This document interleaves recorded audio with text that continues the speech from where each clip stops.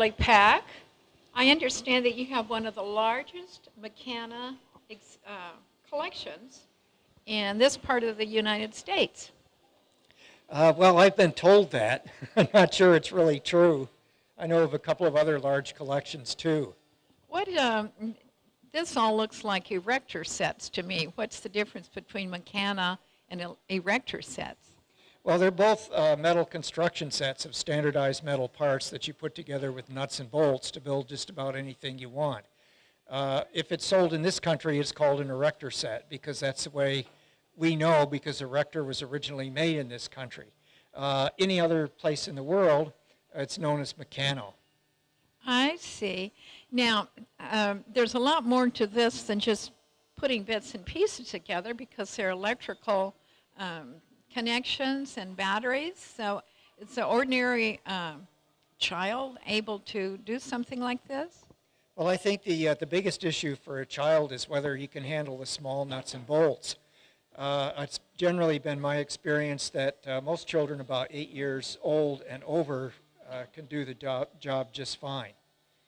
Now, does these come with, do you buy you have a display case across the room with some of your Meccano acquisitions that you've collected over the years. And say you wanted to build a Ferris wheel. Does the kit come with the Ferris wheel parts and the instructions how to do it?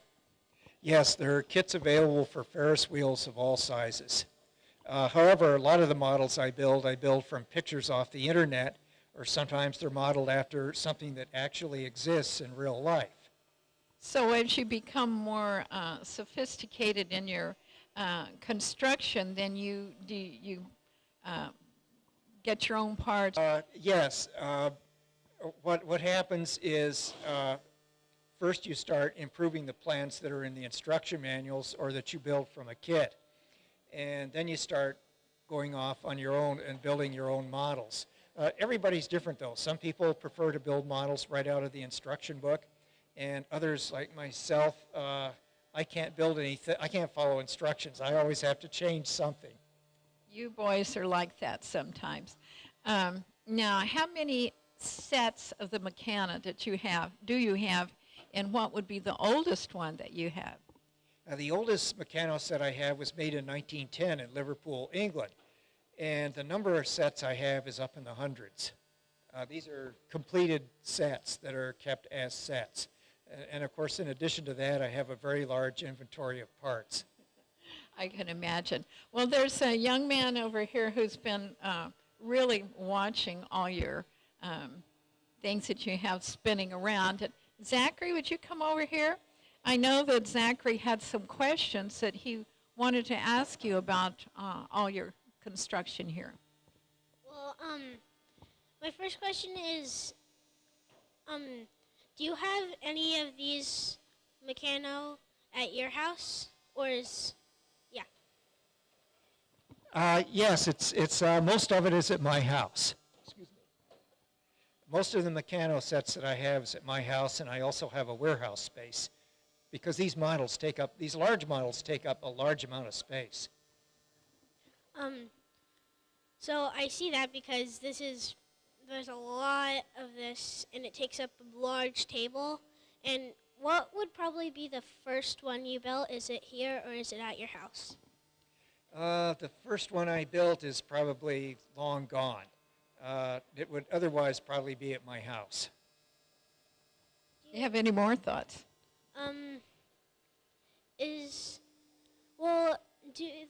Are these kind of, when they're electrical, if you ever make a mistake on these, would it be like a really big problem?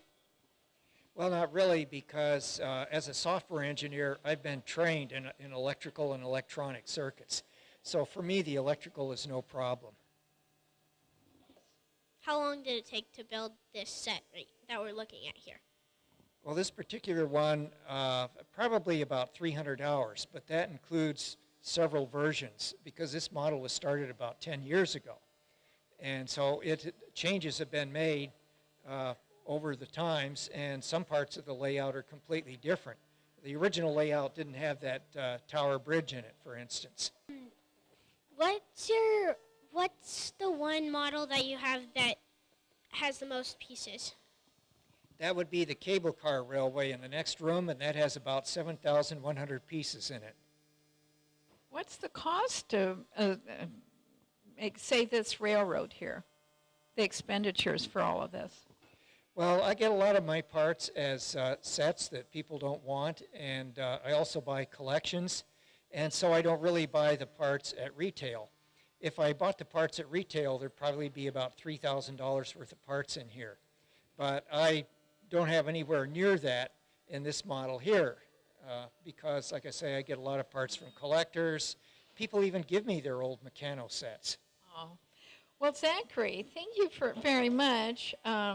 My grandson, Zach DeZee, 8 years old from Carmel, California, has come here especially to see this exhibit and the Lego exhibit today. So thank you both, gentlemen, for talking with me.